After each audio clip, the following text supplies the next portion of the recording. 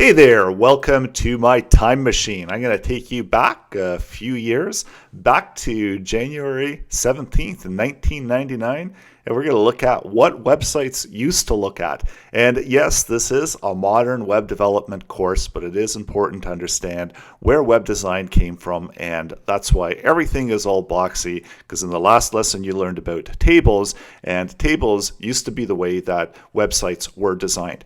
So right now we went to a website called Wayback Machine, and this allows you to travel in time and check out the different ways websites used to look like. And when you open up the source code for the website, you can see that it's a very table type structure. So tables were providing everything. And this was way before we had styling, and you can see the attributes for the borders, the cell padding, cell spacing, and the width. They were all contained as attributes within the table cell. And this isn't done anymore with modern website design, and we saw how we can apply styling, and this was using with style tags and applying the different properties with CSS. So you see we've got the main table, and this holds all of the content. There's the table body, table row, table cells, and then there's tables that are nested within other tables, and these are providing even more structure to the page. So what I want you to do is to select any website you want. You can check out eBay as well. Go over to web.archive.org, type in your favorite website, and go back and see what it used to look like. And this only really applies to websites that are probably about 20 years plus old. And then after that, in the early 2000s, websites got introduced to styling. The structure of it was then controlled with styling. But going way back, you can create, from what you've learned with HTML, you can create your basic website structure. So let's go in and create a brand new page within the editor. So you can pause the video and check out one of the other websites. And I'm going to walk you through the coding and the creation of one of these older sites. So saving this site, and I'm just going to call it ebay.html, and we'll navigate over to that page. So ebay.html. So right now we're still using the file structure, and that's where it's located on my computer. And then going back into the basic structure, and we are going to keep it a little bit more modern, where we're not going to use all of the old styling. We are going to specify that this is the doc type, and the doc type that we're going to be using is going to be the HTML5 doc type. So we're not going way back, and we're not going to do everything like it used to be done. And we're going to try to do as much as possible with styling as well. So we're modernizing what was in the past, essentially.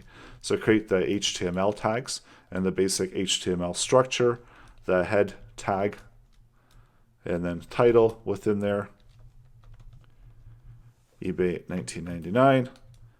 And then next, create a body tag. And then within the body tag, so all of the structure is created with a table. So there's one main table, and then within this table we've got multiple rows.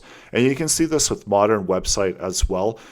Everything is in blocks of content, and it's styling that's applying the positioning as well as the background colors. But here we have background colors that are being provided with images. So these are images that are actually providing all of this styling type effect. So you don't have to obviously copy all of those.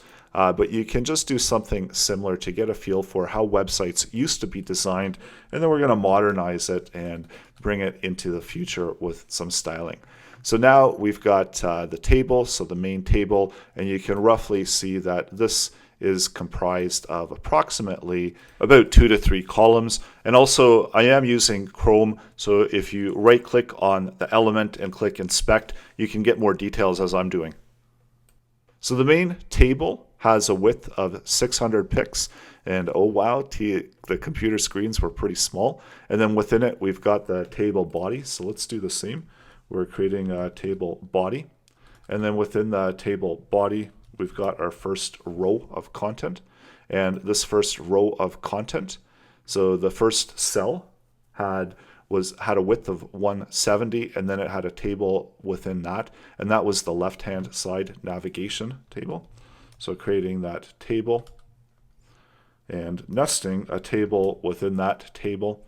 And then this table had a bunch of rows and all of this content that was contained within each one of these rows.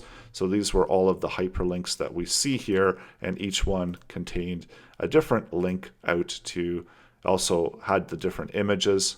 And then we go down here and had the categories. So quite hard to really copy exactly. And I don't really want you to spend too much time trying to copy it. You can just do something similar where we've got the categories, and then each row looks like there's maybe another row where it's got all of the content. So you could do that within hyperlinks. It doesn't have to be exact, but it is good practice to type and practice what we learned in the earlier lessons. And it did get quite complex back then when we were creating these, because each one of these is a separate row of content. And it's also setting the font sizes. So there's quite a bit of complex code structure, and it's a lot harder to read. So this gives you also a sense of why we need to have styling, because this is going to make it way easier to read, to navigate, and to look through. So all of these as well, they were hyperlinks. So you can add in the hyperlinks. I'm just going to use the hash because I don't have an exact link, and I don't really want to go through all the trouble of making all of these pages. This was just more for demonstration purposes and to get something that looks kind of similar to what we see.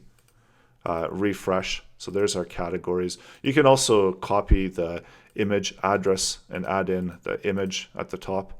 So I believe we actually had that somewhere within the cell. So now when we go back, we're going to have our image there. And then with a little bit of modern styling, we can add in the style tag, select the main table, and then for the table, we know there's a width of 600 pixels. So we can style the table at 600 pixels. And then you can also go down and list all of the rest of the content. And then within here, there's another row of content.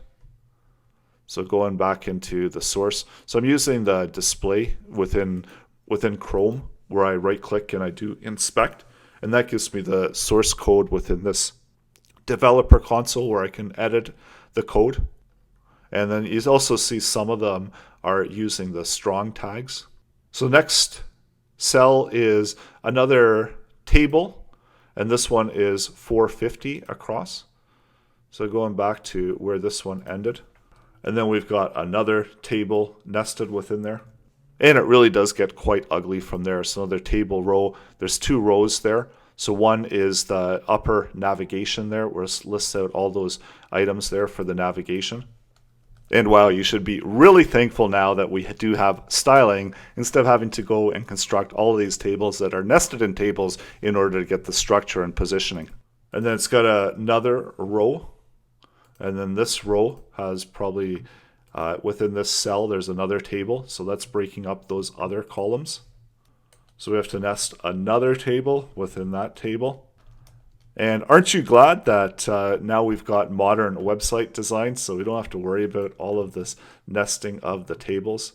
And then it looks like the main content is here. And then we also have an area where we have a side nav bar A side. I'll just call that A side. So let's see what this looks like. So there we go. So it looks like we've got some of the structure, and I actually did reference this main table. So I do need to apply the styling to the main table only, because it looks like I'm applying it to all of them. So sometimes this is why it's better not to select all of them and just do a quick refresh so we can see what things look like. So we do have the basic structure and the basic outline.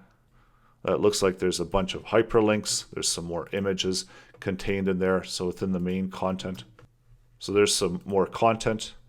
And it looks like this navigation buttons, so these words are actually, the navigation buttons are actually images. So again, really complex to copy, even with the modern stuff that, you're weak. And then within the A side, and I'll just paste that in there, and we'll clean it up with the beautify. So let's see what that looks like. So that's the basics of it. And once again, you don't have to go through everything, but this was just to get a better idea of how everything is structured and to get more familiar with how HTML works. So essentially, everything is in blocks of content, and then we're taking these blocks and we're applying styling to them to make them look a whole lot better, and as well as moving them around the pages. So with the HTML itself, it does get rather difficult to structure and create the website to make it look the way that you want it to look. But back in 1999, this is all we had to work with. So check out the Wayback Machine. You can search for any website and it will show you all of the different websites, and it captures periodically, fairly regularly for most of the main sites, what the websites looked like. So you can go back 20 years or you could go back 10 years and you can take a look at the various websites. Have some fun with this one. Try out and try to reconstruct the site using tables. And if you do get too frustrated, remember, practice is always good. And in the next lesson, you're going to be more in tune to why we need divs and spans and how they help solve the problem and allow us for more modern website design. So that's coming up next.